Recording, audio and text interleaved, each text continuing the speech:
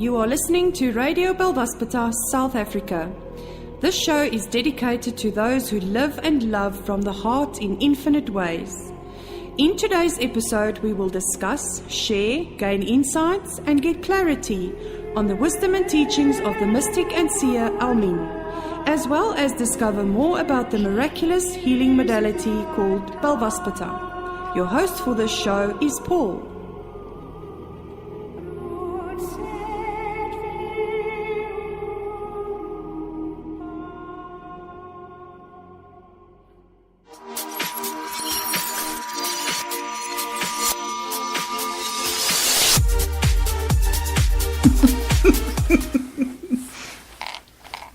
Hello everyone, welcome to Radio Belvaspata South Africa, broadcast once again live out of Benoni, east of Johannesburg. Hello to our South African light family who are listening in live tonight, and hello to you around the world, Northern Hemisphere. Perhaps you are listening to this, because of our time frames, as a download or as a podcast.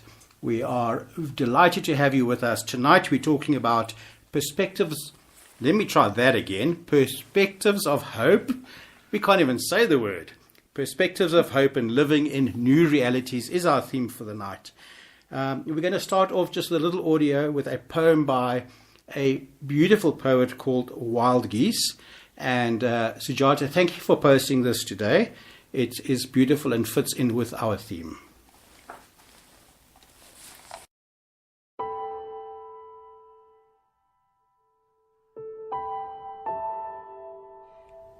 You do not have to be good. You do not have to walk on your knees for 100 miles through the desert repenting. You only have to let the soft animal of your body love what it loves. Tell me about despair, yours, and I will tell you mine. Meanwhile, the world goes on. Meanwhile, the sun and the clear pebbles of the rain are moving across the landscapes, over the prairies and the deep trees, the mountains and the rivers. Meanwhile, the wild geese high in the clean blue air are heading home again. Whoever you are, no matter how lonely, the world offers itself to your imagination, calls to you like the wild geese, harsh and exciting, over and over, announcing your place in the family of things.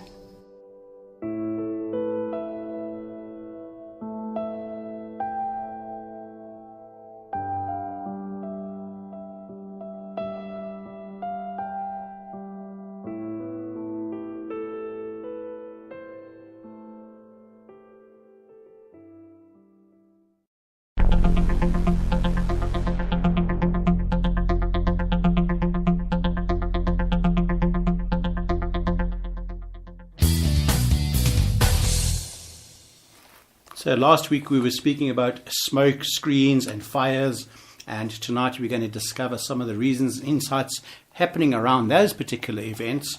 But the author and healer Michael Murdoch writes all about the line energy and the 8-8 lines gate energy that we've all been through.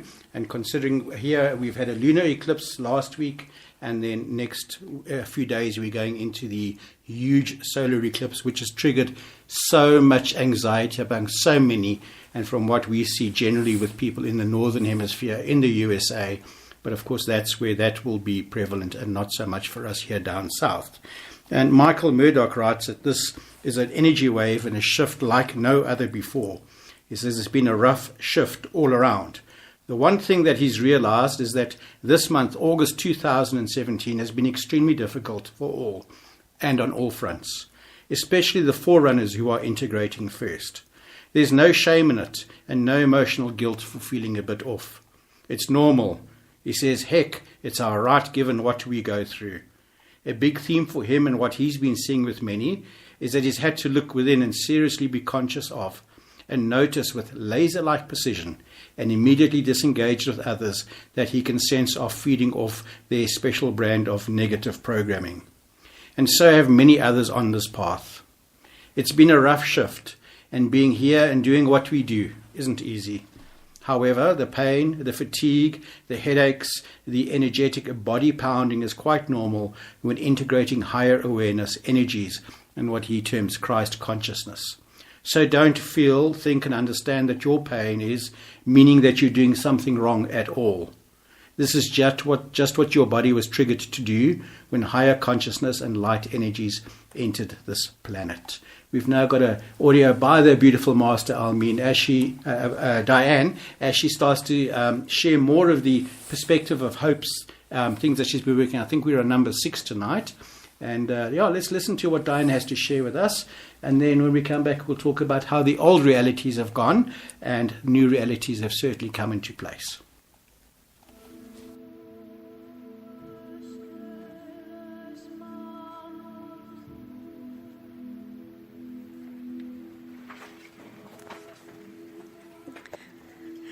Good evening to Paul and Nick and all our listeners out there tonight. Tonight we look at the principles of hope, number 5 and 6. Number 5 talks about allowing beauty to fire the imagination. And I love this quote by Michelangelo, who said, "I saw an angel in the marble and chiseled until I set him free." So the ability to see beyond the appearance, to see the beauty, to see the perfection within us, indeed fires the imagination. The astounding miracle is that as soon as we see the beauty in the infinitesimal, the density of duality begins to disperse, like that early morning mist. Michelangelo saw the stone. He saw the marble, already chiseled, the potential for an art piece calling to him, the beauty of the statue already a reality in the land of his imagination.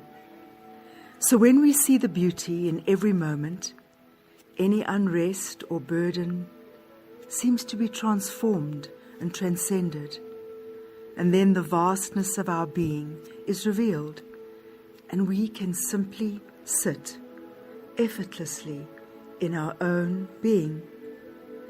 So let us look at our acts, our everyday acts, and let them be those of devotion to beauty and the artistry of life. Let us not let glory go by unnoticed. Principle number 6 speaks of this.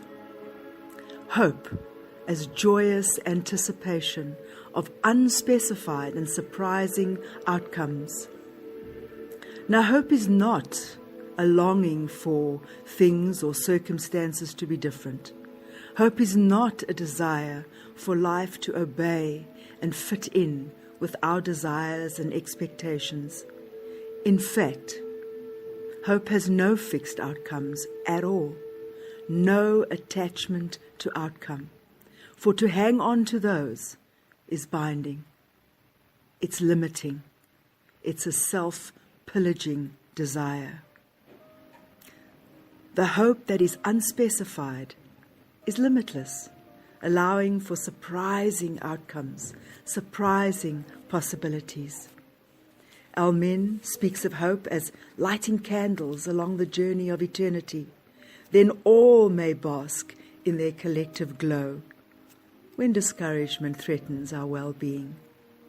Thus, the more we delight in the discoveries of life, the more life contrives to amaze us. I'm reminded, and I'm sure you are as well, of the 8th principle of divine compassion, which speaks of the willingness to be amazed. This is hope.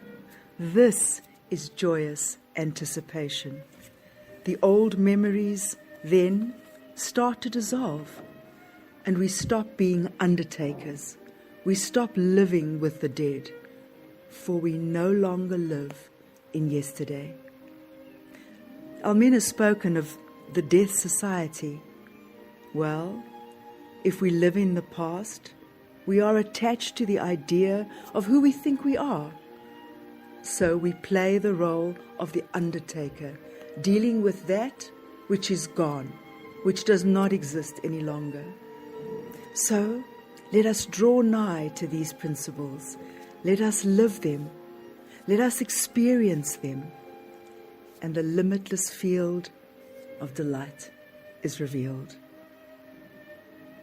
And so, listeners out there, let us look beyond the sinner and the saint, and let us see the light within the paint.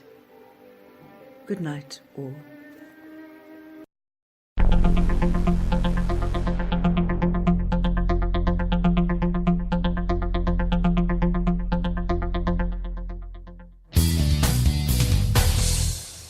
And you're back in studio, Radio Belvaspatar South Africa show for the 17th of August 2017. There we were listening to the Master Diane as she taught us more about these incredible perspectives. See, I've been practicing it in the break. I had perspective of hope and working with number 5 and 6. And there's quite a few more to go, so every week Diane will be sharing with us.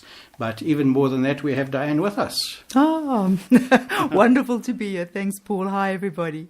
It's great to have you. Thanks for coming in. And thank you for doing all of these audios, Diane. They are profoundly beautiful, and I'm really enjoying how you put them together and the time that you find to do them all. So thank you for that. Oh, Paul, it's my pleasure. I'm seeing things from a different perspective, doing them more carefully and having greater insight. You know, having little bite sizes. It just makes a difference for me as well. Incredible. You know, there's we look at some of the work that we've been doing here on the show and some of the insights and comments that we've really done as a group and as a team together. Last week, Almeen had posted up on Almeen Diary that the old reality is gone and a new reality is beginning, which is what a total solar eclipse is all about. And she also said there that man is deadly to immortal beings. Yes. And I know just before we came on air tonight, we were discussing, you know, the dynamics of living in a world with people around us and having to function and work with all of that. Could I ask you to share that little bit of insights you had about how you stretched time in your class? Because that's such a new reality. It's incredible. Well, we're preparing for the preliminary exams, and for people overseas, it's sort of a precursor to the final matric or grade 12 exam. And we were pressed for time. I had a half an hour to do quite a few chapters of this particular set work. And I said to my class, you know what, if time and space are an illusion, let us now test this theory. We are going to stretch time. And I could see these eyes looking at me sort of suspiciously. And I said, speak to your science master. He will know this. I said, so let us stretch time. We've only got a half an hour. We normally only get through about 5 or 6, questions on particular chapters. I said, so now we're going to stretch time.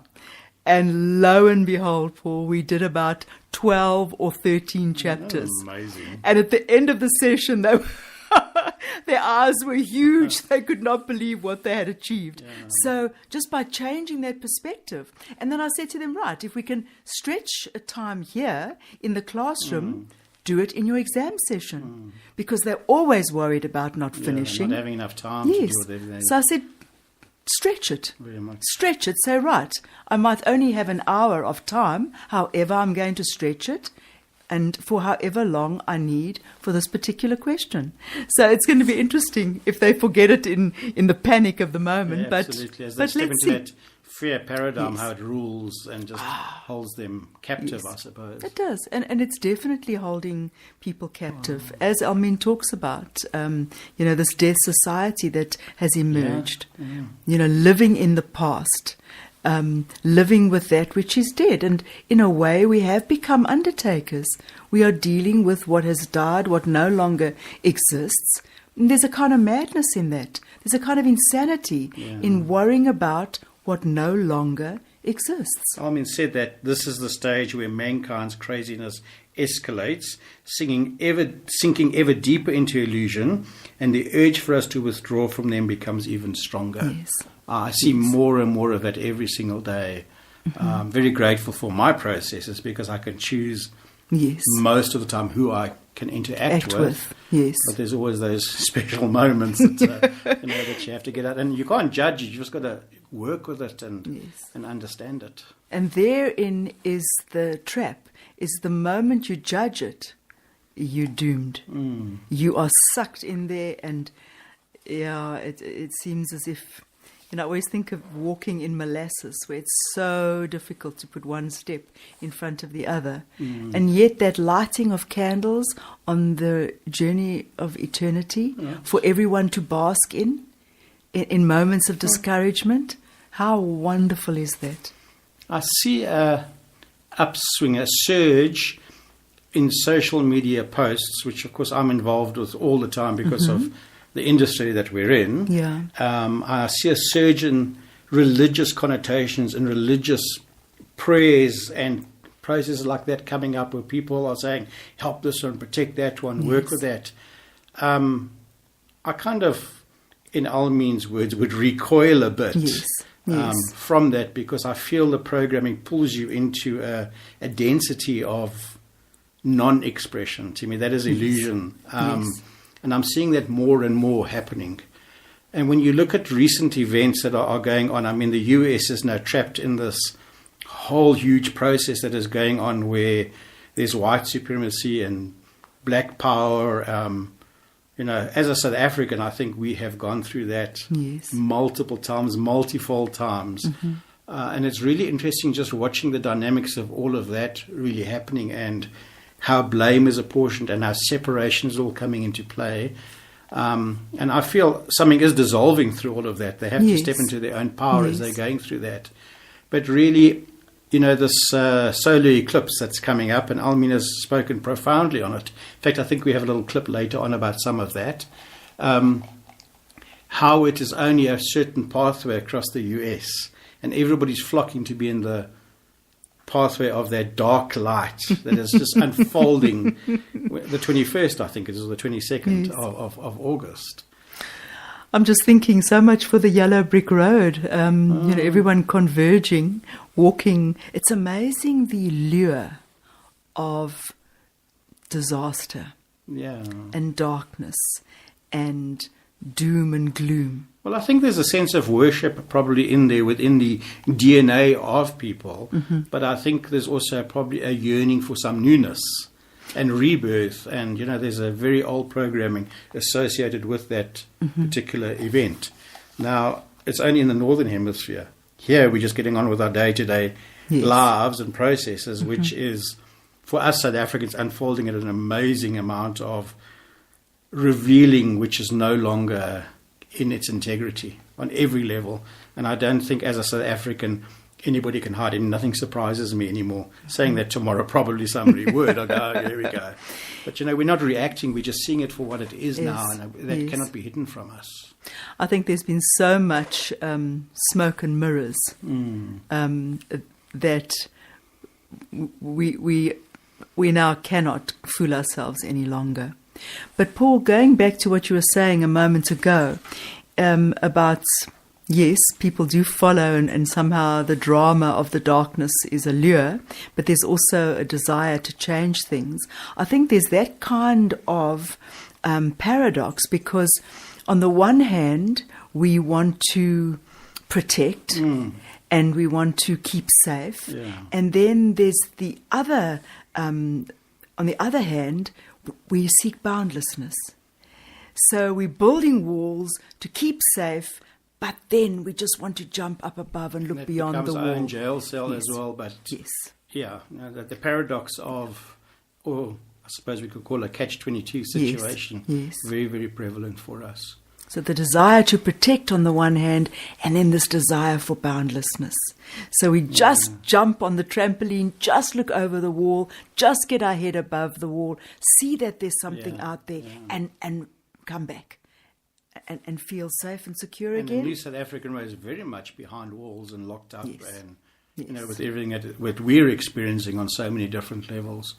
Yeah, absolutely. So what we do, we've got an audio now. It's quite an old one, I think 2012 from Almin, where she talks about, why God has forsaken us, and she explains within the matrix of what is going on. Yes. And I'm associating that with the calls on a religious level for people to stand up and be counted and feel secure within their own tribal processes.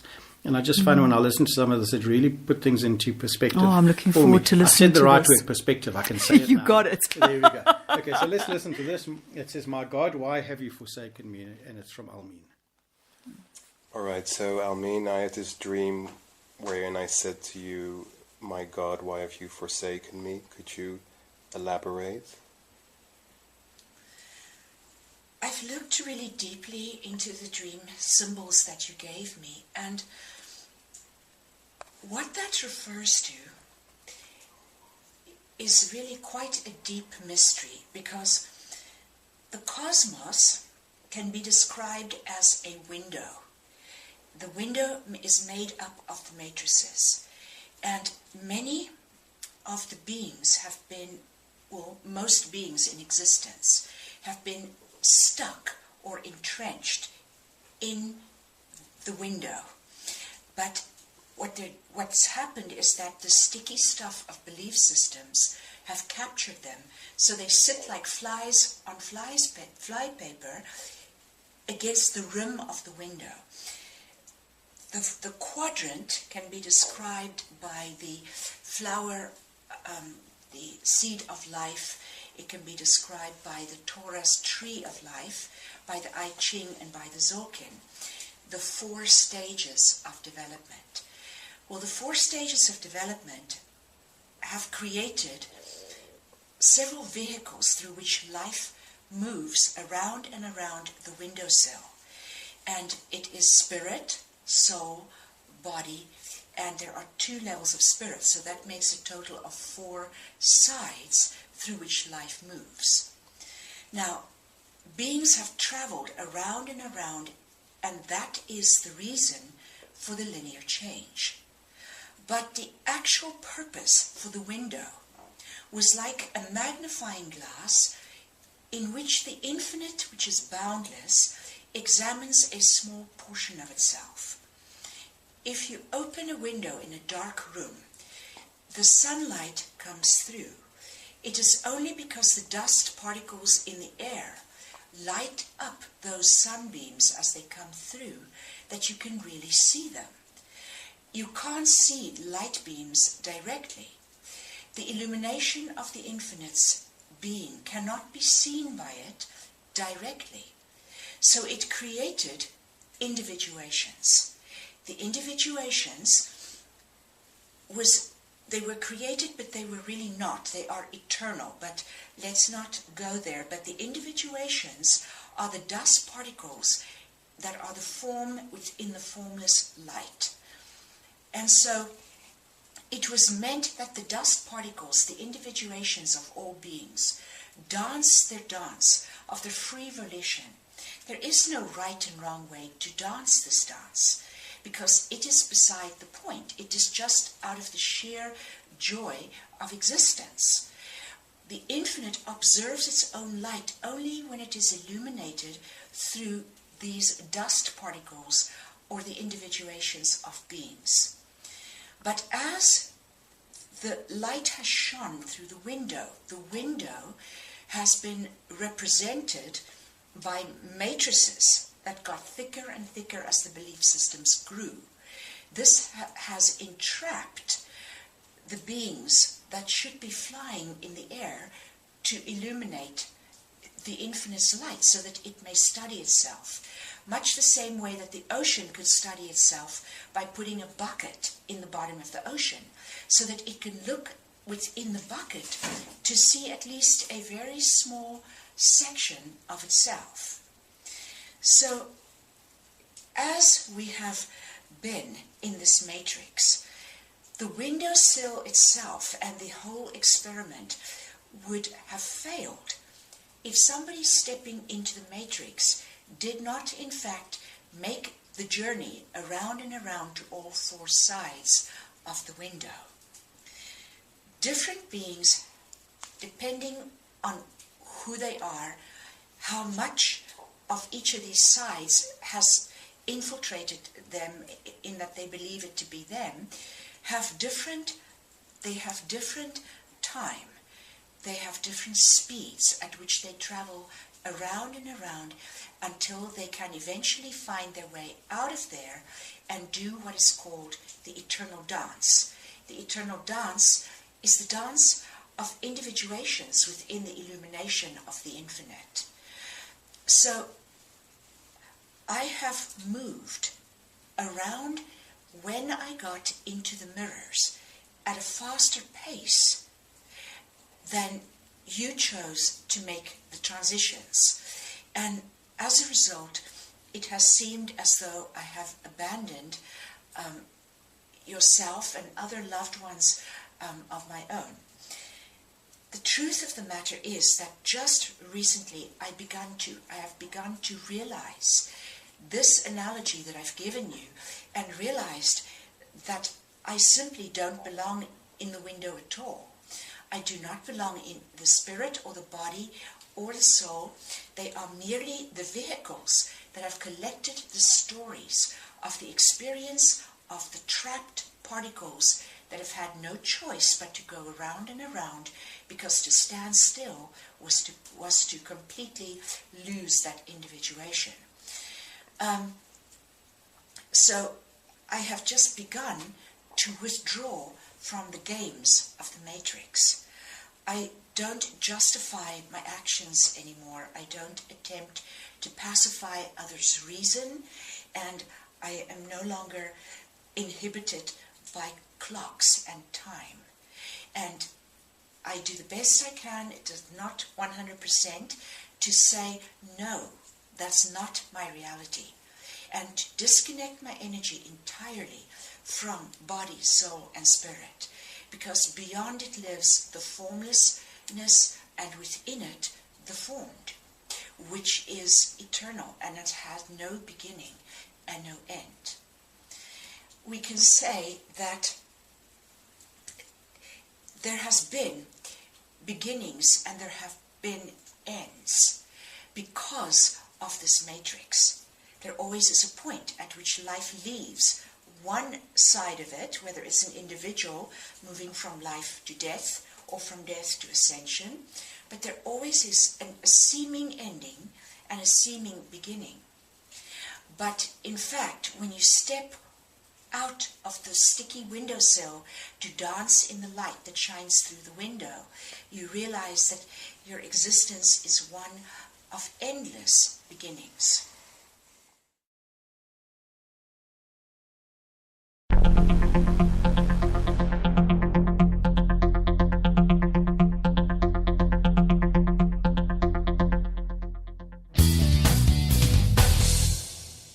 Back in studio with myself, Paul, and Diane, as we're talking about perspectives of hope and creating and living in new realities. There, the seer Almin was talking about how we get crucified by the matrices, and the title of that audio was, "My God, why have you forsaken me?"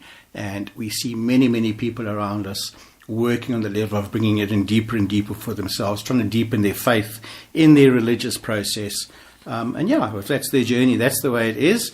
I have a slightly different journey, I'd say. I hope, I feel I need to have that. And I was thinking there, just this aspect of crucified by matrices. And again, any insights I get on something is probably a small perspective of a part of the whole. The whole. Mm-hmm. But, this belief in suffering that I see so prevalent around me. Mm-hmm. Of course, if it's outside, you're seeing it inside. Mm-hmm. You've got all of those going on there. But I see it so wrapped up in that process is that they have to suffer to get through things. Mm-hmm. It's taken me my entire physical life to get to a point to understand that has possibly been going on. I didn't say I'm free of it, but there's some light being shone on that. An ability on some level to recognize parts of it.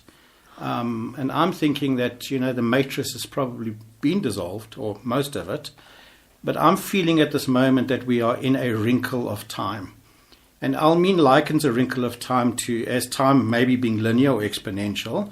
But if you take a piece of paper and you put both hands on it and then pull both hands together, the paper wrinkles up in the middle. Yes. And I felt for a while now we're in this huge, confused wrinkle of process, and nobody knows what their role is in the universe or the cosmos any longer.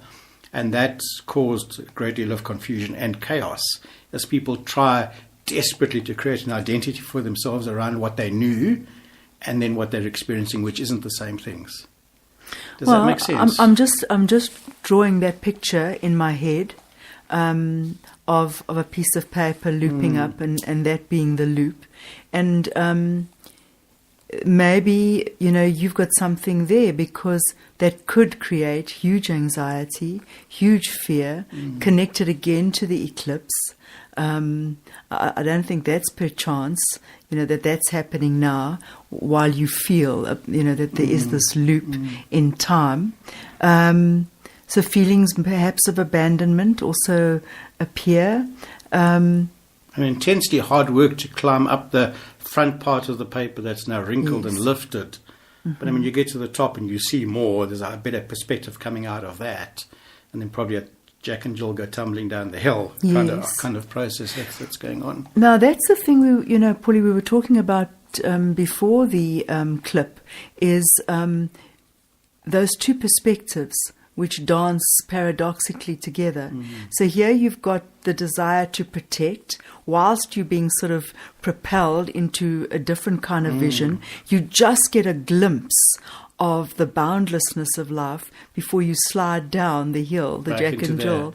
Perspective of fear, because that is a perspective. It has to be. It's, Well, you talked about suffering there, and for a long time, I was part of that, as I think many of us were, that indeed the more you suffered, you felt the more you were growing.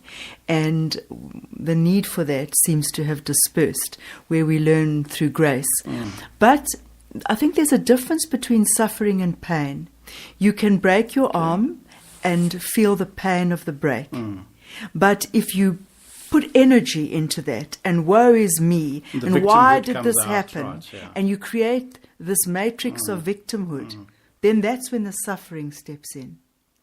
So, and that I can understand then. The need for attention from others to feed your sorrow. Yes.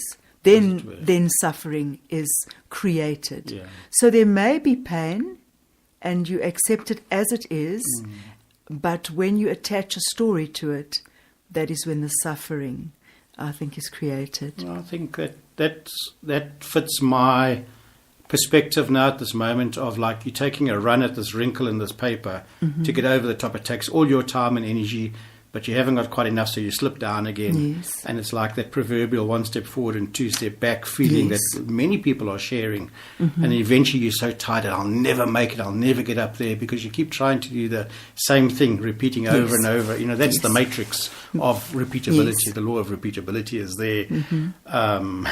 Does it work for us? And I think that's when we step into that sorrowfulness. New words tonight, sorrowfulness. So it's a new word. But we can do that. We have poetic license, so we can get away with boundless words.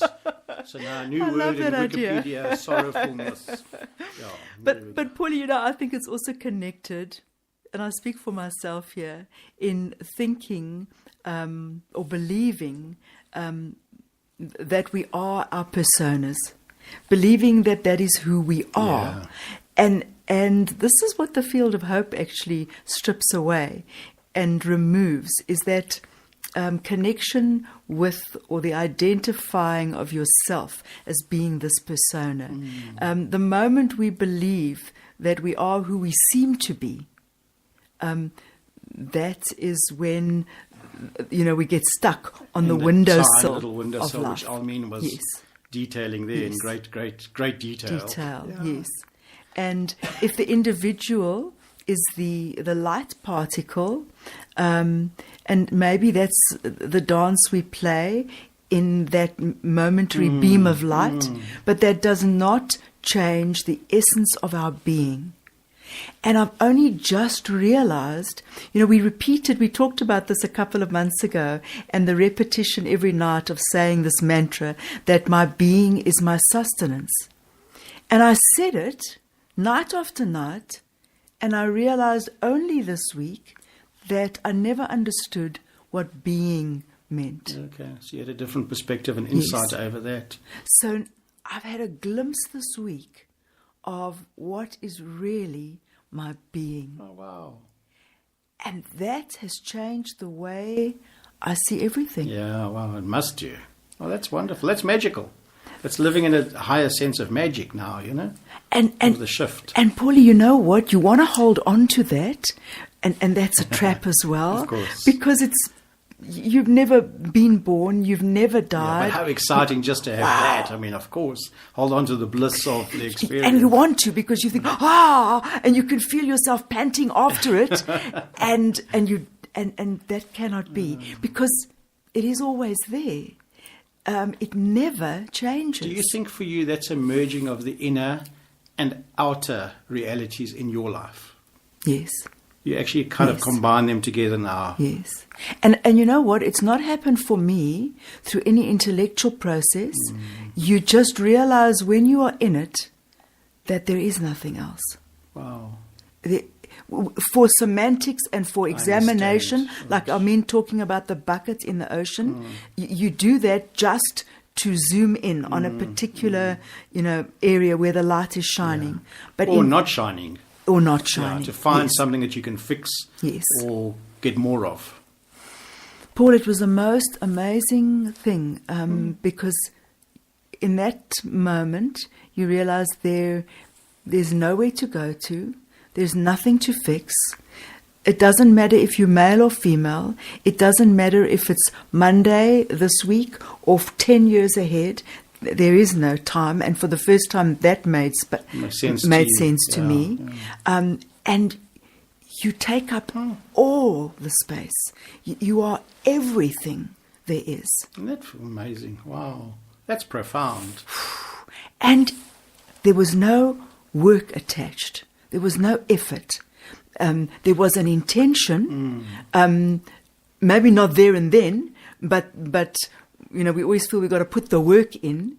So there has been an intention, not attached to outcome, because actually I had no idea what the outcome was.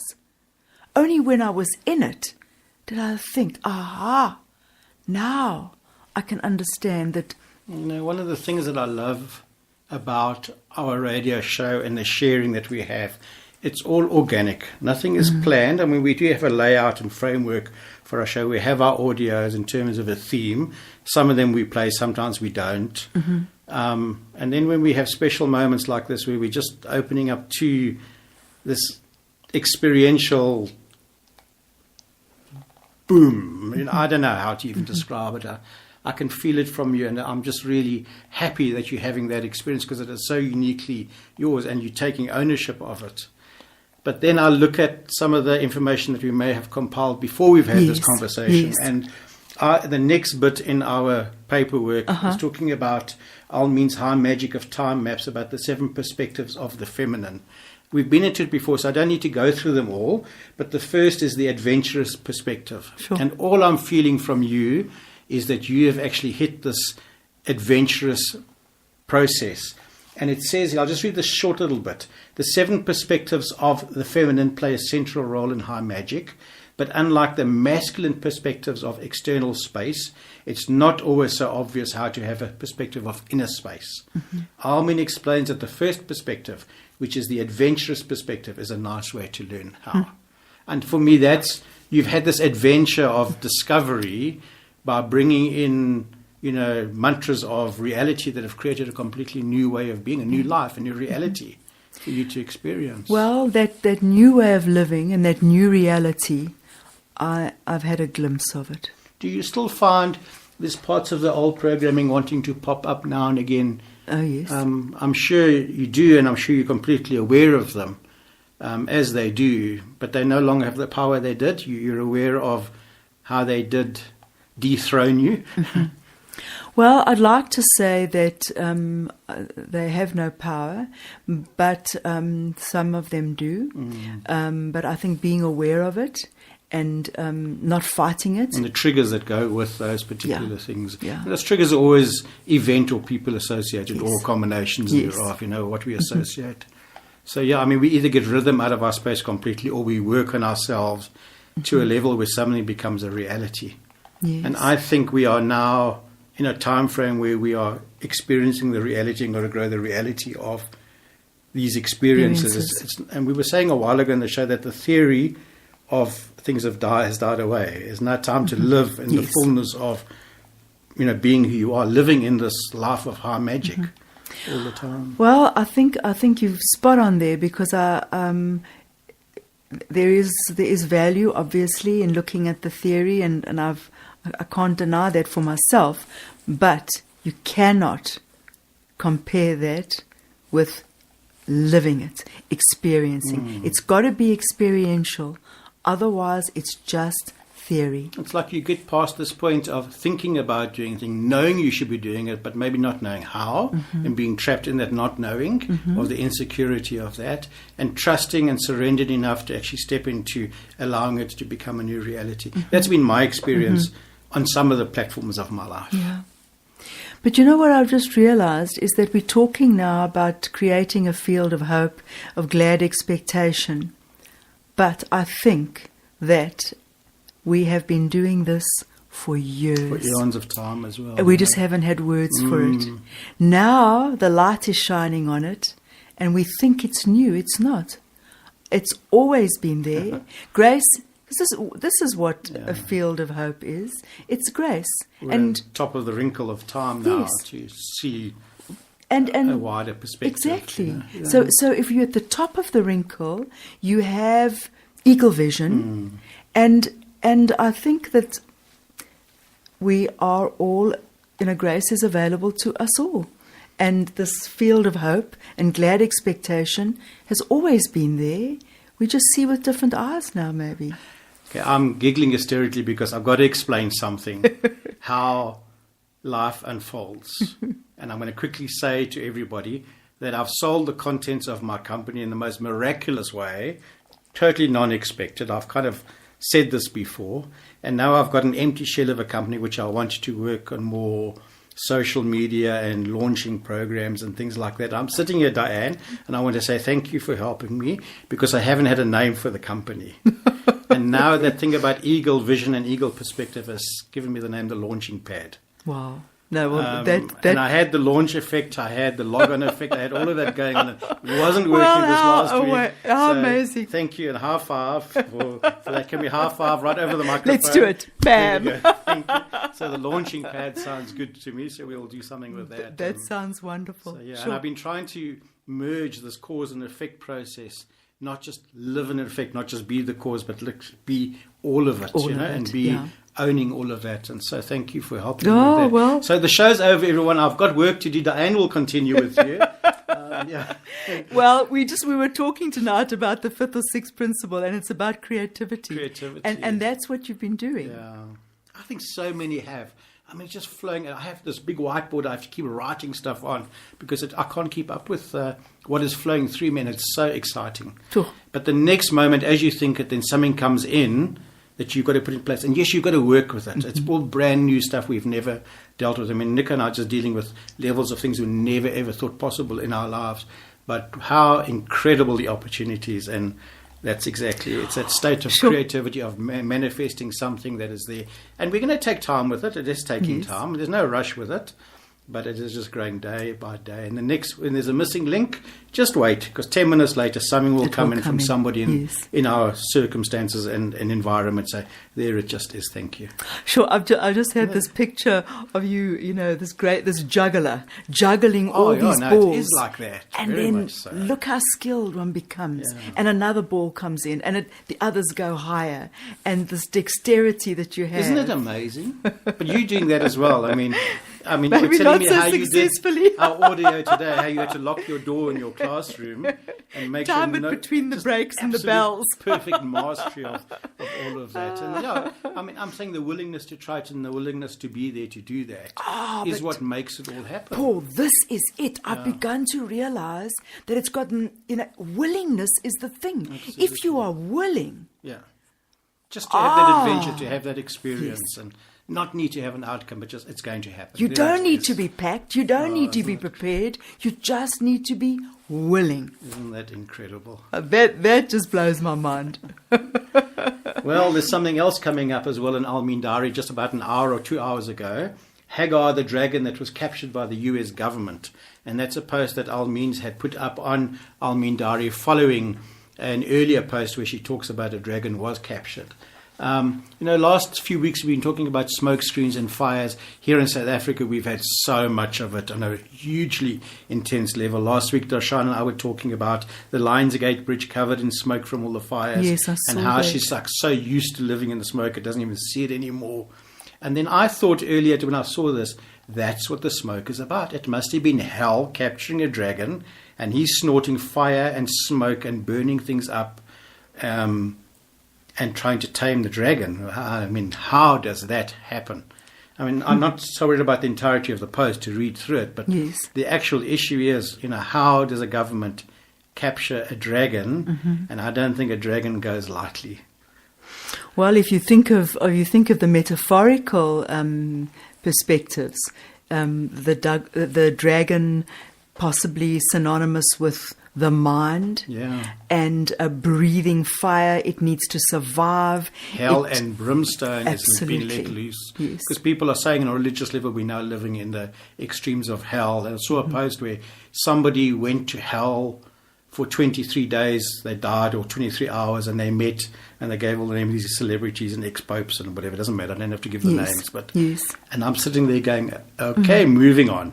But we're living in a time of hell and brimstone. Everything is burning up. All the old is just dying. Yes. And who is going to step through the smoke and the brimstone but those who are the forerunners? Yes. And I'm not going to lay claim to the fact that I would say I'm a forerunner, but my processes seem to be a bit different to what I see going on, generally speaking, although I do admit everybody I know around me is working so incredibly intensely on themselves. Well, Paul, I think we always have to look within, and we also possibly need to see what needs to be dissolved, be burned, clear, the smoke signals being cleared very away.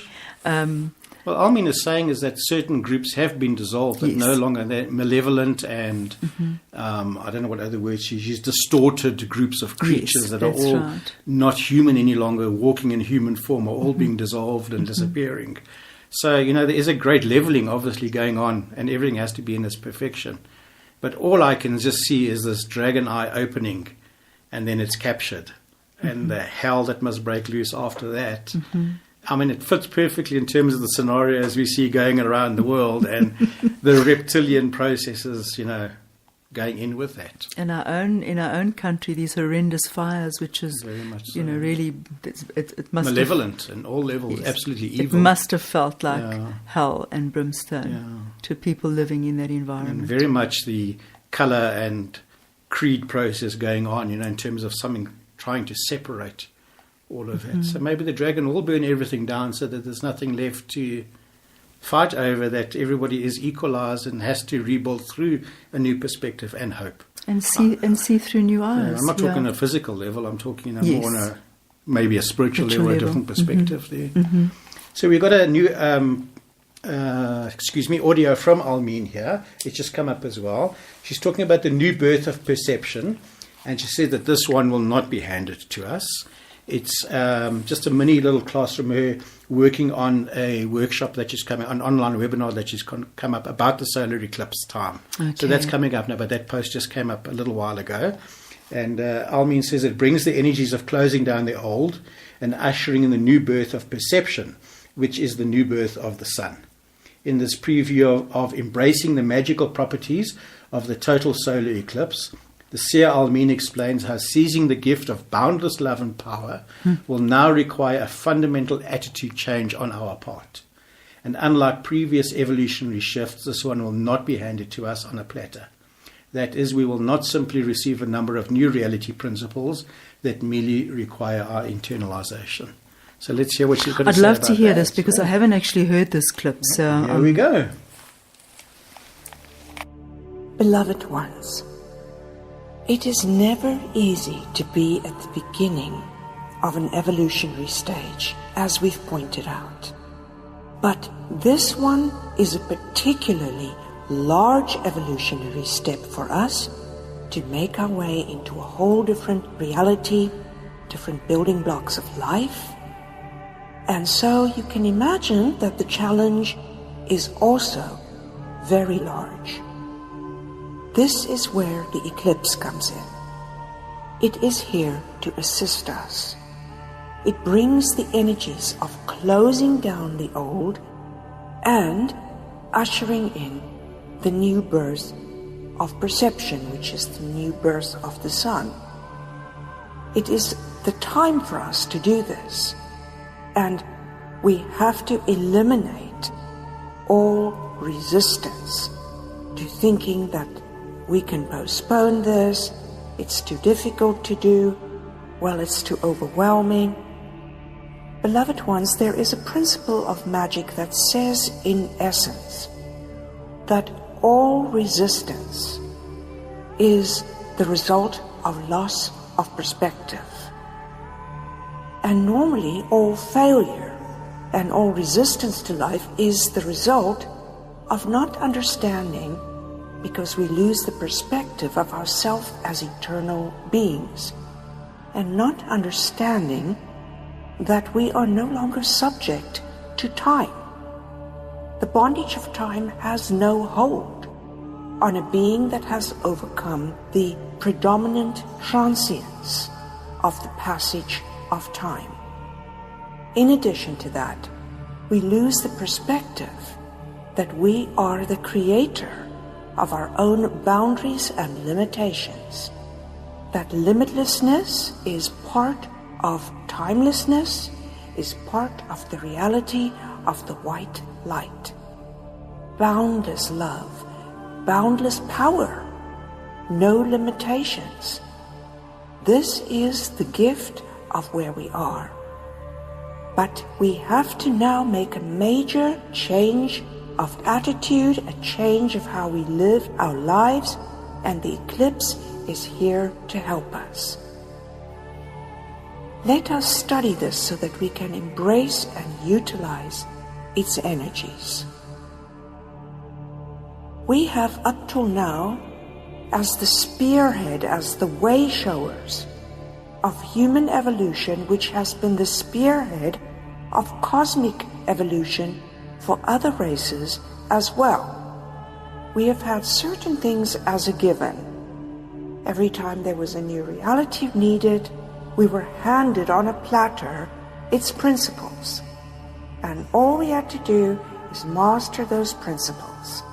In many cases, it required actually only understanding those principles and attempting to live them, but the understanding of it created an electrical-based grid that would allow a stage to form for us to play out on as we attempt to live them. This time, it is different. We are not being handed the principles on a platter. We are asked to live completely differently than we did before. So let us look at and summarize some of these that we have already discussed and some others we haven't. Firstly, the fact that we are not handed these principles means that truth lived from our highest inspiration is that which will establish the new principles of the white light. Why were we not handed this? Well, because we have stepped out of the cycles of life. Our expansion and our evolution now goes in a linear fashion. Previously, wherever we've been before. We have never been before in this level of evolved life.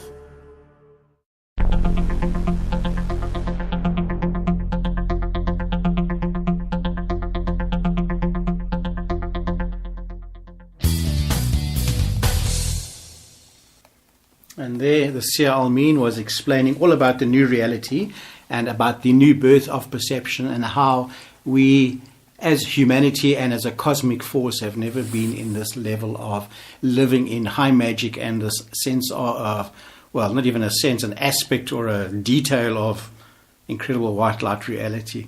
And Diane, you and I were just sharing there as we were listening to that, is we have to live in the truth of that experience. It's no longer just a theory. And I mean, just your incredible story of how you would repeat this mantra, my being, sustains me and all of that, and how you've actually just become that.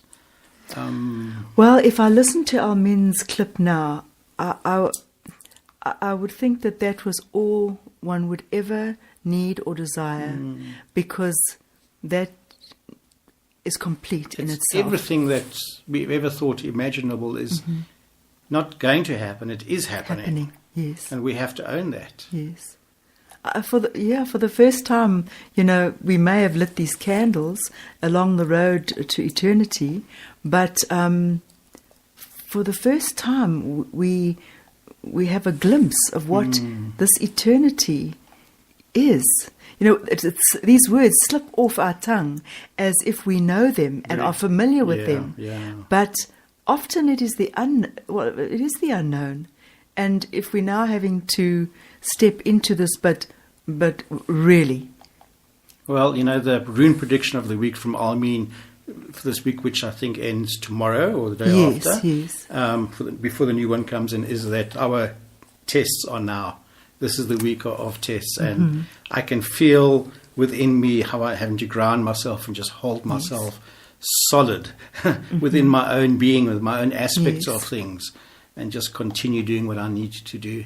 But just, I'm sitting here and I'm listening to Almin. I'm so overexcited. It's like OCD excitement, but at the same time, this trepidation. It's not fear. It's like this, wow, deep down within my gut, really holding on there. Yeah, this awed admiration, and then, this trembling within. Really incredible, eh? So the dragon has been let free from what we're hearing and seeing.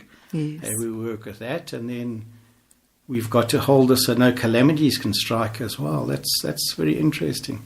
I love that discussion where she talked about that, in the past, masters and sages would withdraw, and how that withdrawal often would trigger catastrophic events, and how it is important to stay in the reality but not be part of the reality. Well, even the seer's experiencing that for herself with her new fragrance alchemy shop now, of having to be in the main street of everybody passing her front door, and she's seeing and working with all of that. So that has to bring profound shifts for all of us in terms of insights and work that needs to be done.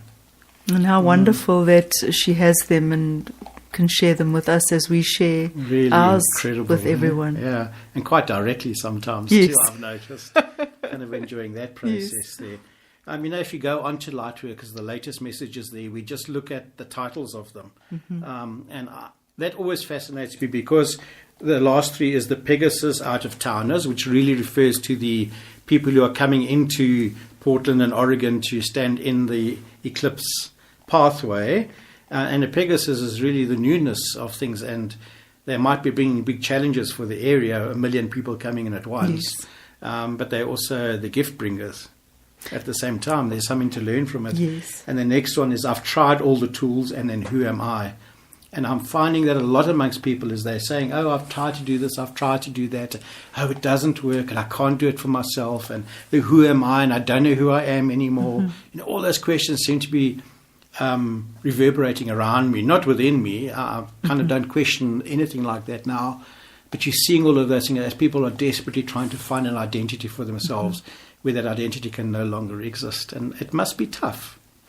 Well, Paul, if you believe that this is who you are, that this physical body, that this mind, that this personality is who you are, how difficult is that shift to really realize that it's not who you were or are or thought you were. Like we are. That this body which was born, this body which will die, if that's who you think you are, how terrifying that must be. Absolutely. No wonder fear. The mortality sweeping. Of something and of that illusion. Yes. In that process. That illusion is terrifying. And that illusion, in fact, crucifies. It actually kills the perspective of anything beyond that, because you think it's the only way or the right way or that's the way, that kind of thing. It can only be this way. Okay. And then you were talking about people then turning to their religions, and possibly that old belief system is comforting. It must be. It can be reassuring. Yeah. But, we've talked before about what is comforting and what is nurturing. There is a difference. Big difference, yeah. If you want to water the pot plant in the cupboard, you comfort it. But if you really want to nurture it, you take it out of the cupboard sunlight, and put it, everyone into knows the elements, that. that kind of thing, so it can grow and flourish. If you just want a nice story, well, that's what you look at. That's what you get. Yeah. And it's all accurate and in perspective for each person according to the role they're deciding to play for themselves. Absolutely. Incredible. Well, we've got Jason Silver coming up now, TV personality, in a short clip, his Shots of Awe. This is a brand new one. He asks, are we who we think we are? So let's listen to that.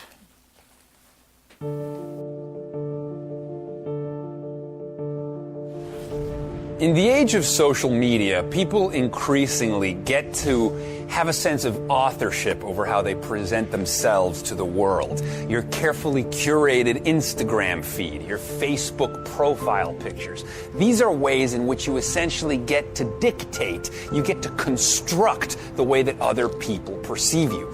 And this raises all kinds of questions about the fluidity of our identity, about how we interface with other minds, with other people. And it raises all kinds of questions about authenticity, authentic exchanges, right? Who am I, right?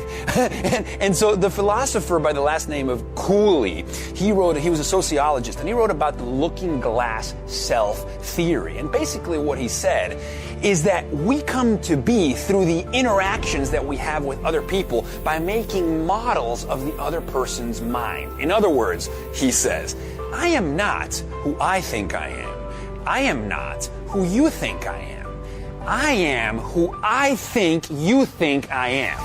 In other words, we make renderings of what other people think of us and actually play the role of becoming who we think they think we are. But in the end, we never actually get to know other people's minds. All we get to know is our modeling of their modeling of us. So at the end of the day, we live inside of a construct of our own making. I guess perhaps what we should do is come clean about this fact and stop asking questions about authenticity in the ways that we present ourselves artfully on social media, and instead accept the fact that identity is a fluid act of improvisation and that the self is not a solid thing and never has been. Again, I am not who I think I am. I am not who you think you are. I am who I think you think I am.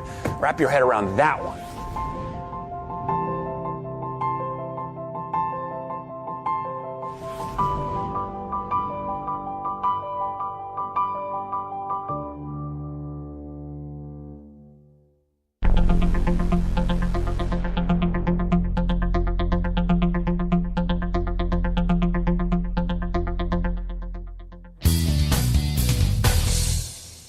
So that was TV personality Jason Silver and his Shots of Awe telling us about, are we who we think we are? Diane, do you think who I am who you think we are?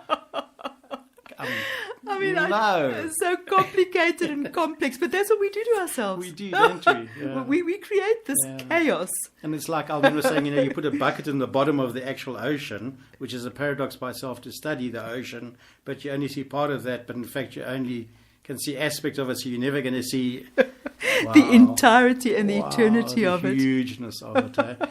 Well, I think we've revealed a lot of processes tonight and shared so much, and thank you, Diane, for the visit, and thank you for the audio and just being part of. It's been such a wonderful show tonight, Paul. Once again, everything has dovetailed, and so thank you for that. It's been superb. What a life we live, where it just is there for us to take and work with. Oh, it's, I know Almina Seger had never been where we are before, but all I'm feeling is that a wheel is turning and I'm just polishing it. Oh. I keep repeating that. I'm saying just making it shiny and more beautiful. Beautiful. This buffet of life. It is there already for all of us to go Absolutely. and enjoy. Isn't it astounding? Really incredible. Sure. Thank you so much. Well, thank you, Diane. And listeners, thank you very much for joining us. I know mostly on Thursday evenings as the show is live, we have mostly South African family around us at this point. But great, we have an hour together to share once a week. my absolute honor and gratitude to everyone for this opportunity and for listening, and of course for the team around me. Nico, thank you for the sound desk tonight and handling all of that. Really beautiful. And Diane, thank you for the audio. Thank you, Paul. Good Michelle night, is Paul. in Clarence. She says it's snowing. It's very cold in Johannesburg. So if anybody wants to invite us to your warm summer home somewhere else, we're ready to go. But until next week, we might be back. We might not be. Let's see how that goes. Thank you, everyone. And from Radio Belvaspatar, South Africa, and the team here in Johannesburg, it's good night, love, praise, gratitude, and remember, we are in surrendered trust. Good night.